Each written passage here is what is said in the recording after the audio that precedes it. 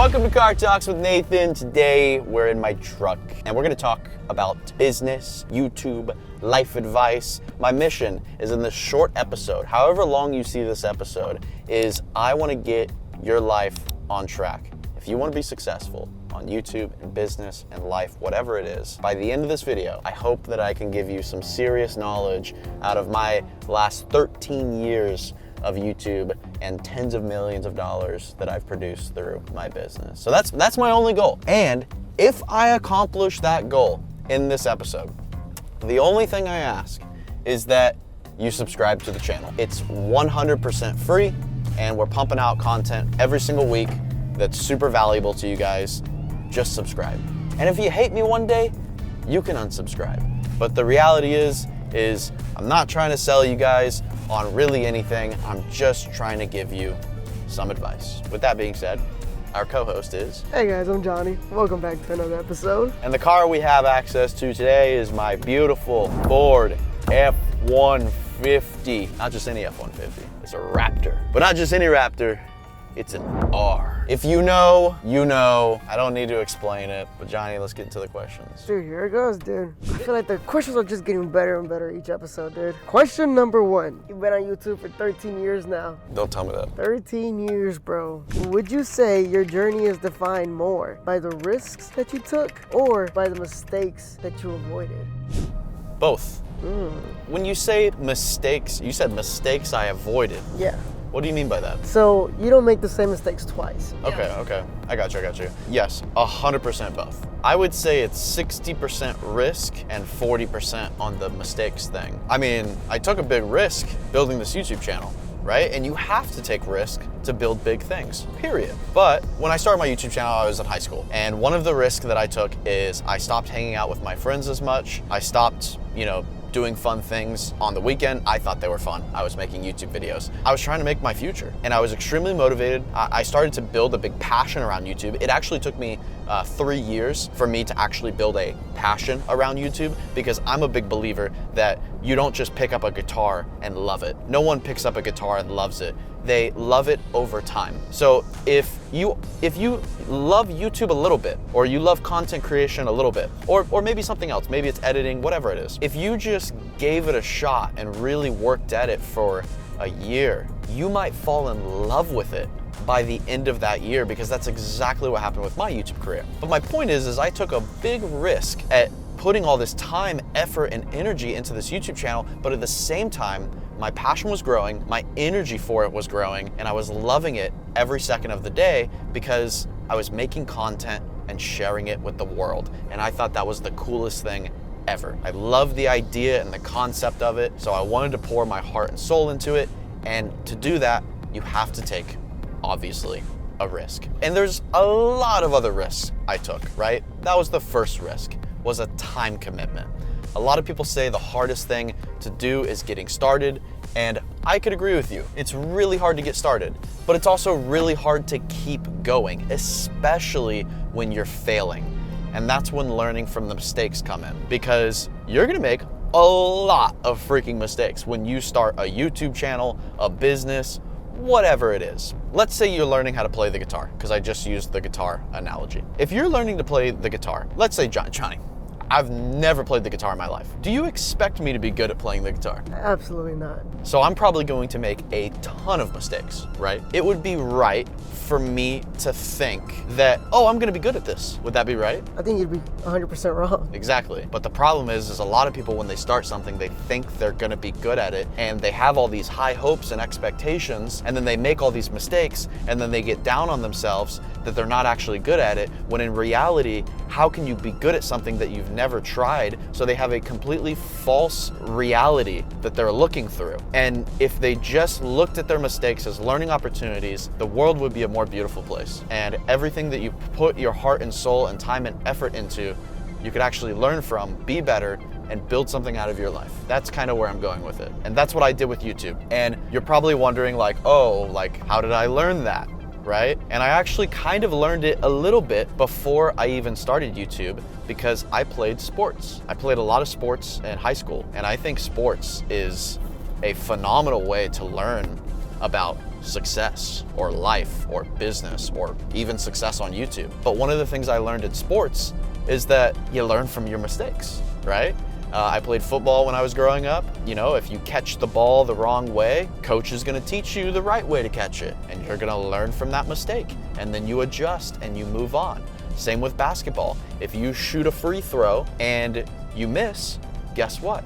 You might adjust your footing. You might adjust your, your swoosh, whatever. I'm not a basketball player. But you get the point. I mean, you have to adjust from your mistakes. You have to learn from your failures, because this whole YouTube thing, business, whatever you're trying to achieve in your life is just a huge, huge learning process. That's all it is. And if you're willing to learn and not give up and push through all the hard times, there's simply no reason you can't find success. No reason at all. Look, I was a kid in school. I was failing every single grade. It's not because I was stupid. Well, maybe I was a little stupid. But like, I didn't put effort into it. I didn't put effort into school. And I'm not saying you should do that, but I didn't put effort into school because I truly just hated school. I don't know, I hated it. It wasn't for me. If I did put effort into it, I think I probably could have done pretty well. Like, I probably could have gotten B's and A's in a lot of my classes. And the same thing goes for YouTube. When I started YouTube, I put a ton of effort into it.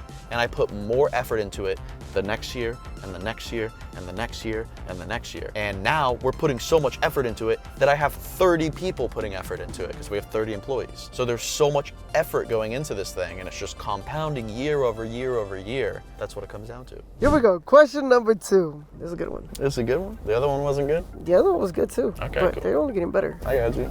Do you think the grind to get here was harder than the grind to stay here?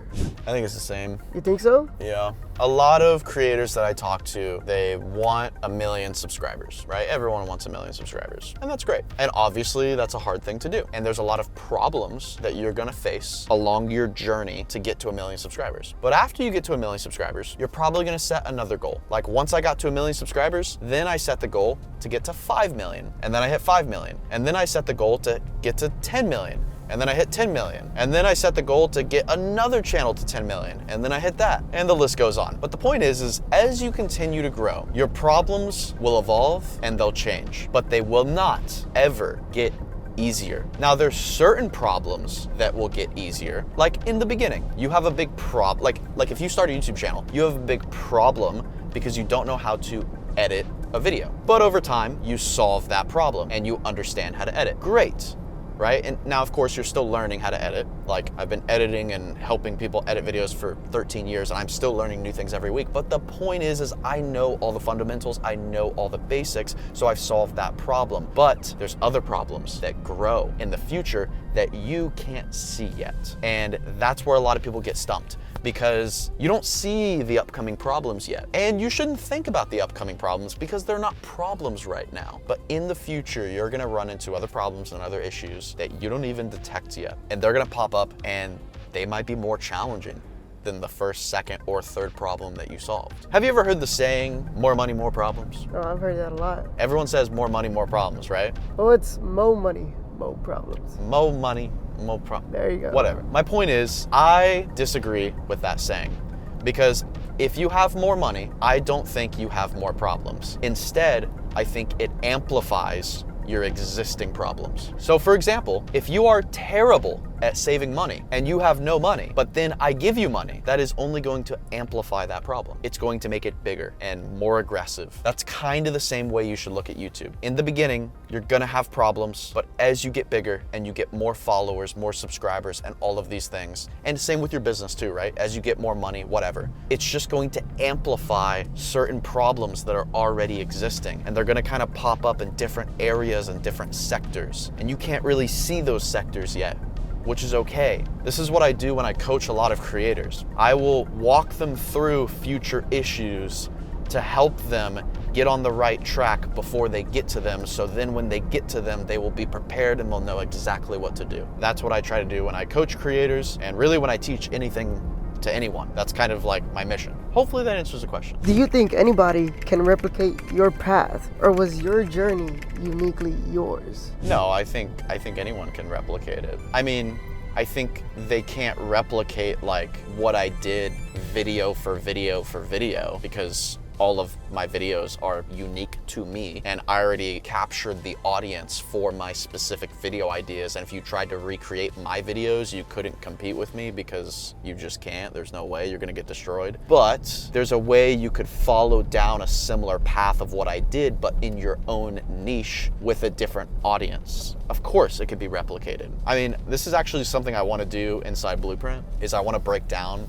my entire journey, like in extreme detail, and not just in extreme detail about the lessons I learned, but also the finances, the money that was made, where it was spent, just like everything. I think that'd be really cool. Maybe we should do that. That'd be fire. Leave a like on this video if we should do that. And if we do end up making that, we're gonna put it inside Blueprint. So you guys should sign up for Blueprint. It's completely free, and it will be free. Everyone can watch it. Basically, Blueprint, for those of you that don't know, shameless plug, it's got programs in there that you can watch. It's an entire software that can help you plan your video ideas, your scripts, your thumbnails, everything. And we're adding tons of new features, and it's freaking free. It's free. I just want to give away a bunch of stuff to you guys. We've been developing this for like 8 months. We're going to continue to keep developing it, but it's free, and I think you guys will really enjoy it. But yes, anyone could replicate my success in a similar way. They could copy my blueprint, my formula, whatever you want to call it. They could make the same channels. But the thing is like the big thing about me is like okay, so you look at my success now, right? And you see I got 5 different channels. I got a CPG brand, I got merchandise, I'm running brand deals through all the YouTube channels. I also got Blueprint. Blueprint's got its own software. We got educational courses, we got YouTube channels. I'm pumping stuff out on my Instagram.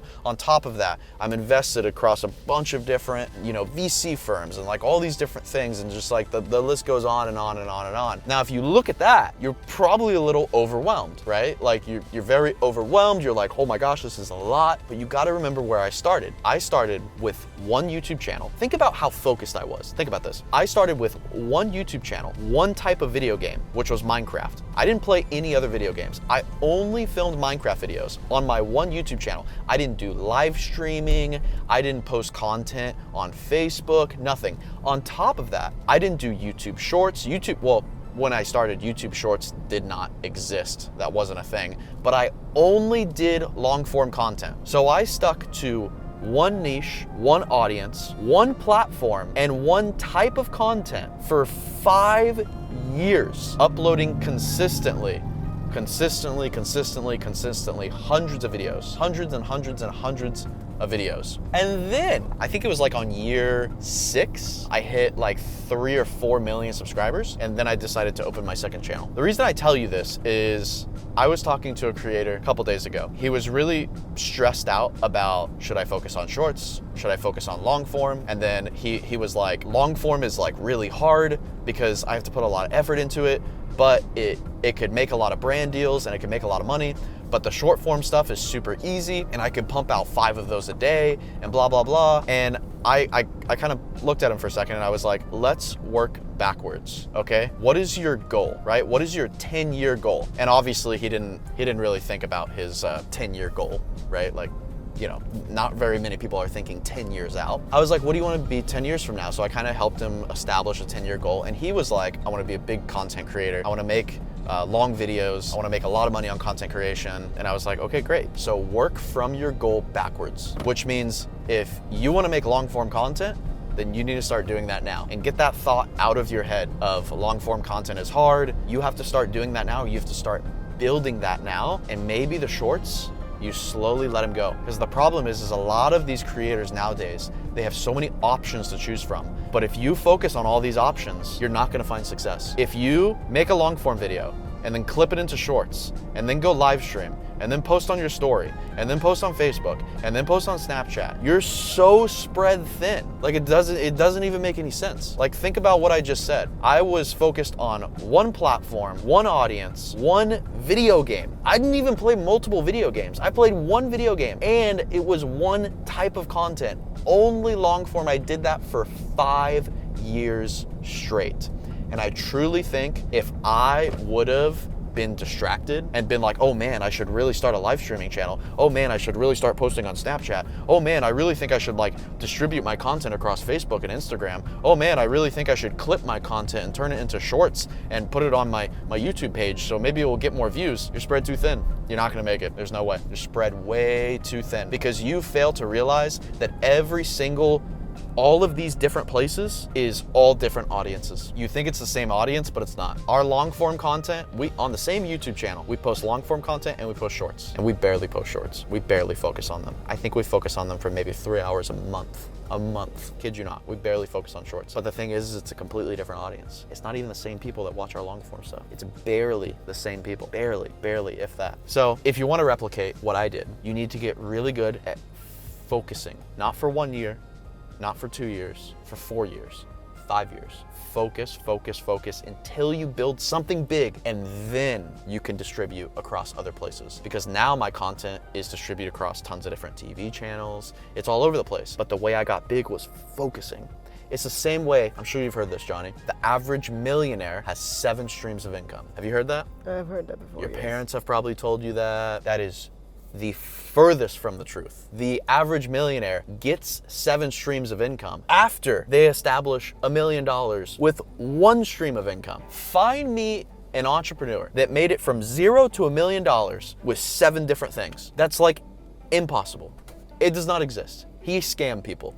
There's no way. If you want to become successful, you focus on one thing, like very, very narrowly, very, very focused, and you blow that thing up. And after that blows up, then you can start diversifying and putting your eggs in different baskets and doing all that BS, whatever. That's the biggest problem I see with creators. Every single time I talk to a creator, I've even talked to creators with millions of subscribers, and they can't even get focused. They're like, oh yeah, I got 1 million subs on my YouTube channel, but I just started the Snapchat show. And I'm like, oh my God, just make the YouTube channel successful. You're gonna lose focus and you're gonna fall off. You know, it reminds me of a quote. I think Kobe Bryant said this, or somebody said this. Don't be afraid of the guy that practices 7,000 shots one time. Be afraid of the guy that practices 1 shot 7,000 times. That's a great way to end the video, Johnny. Thank you guys for watching. As I mentioned in the beginning, all I ask for you guys to do is that if you got value out of this episode, click the subscribe button.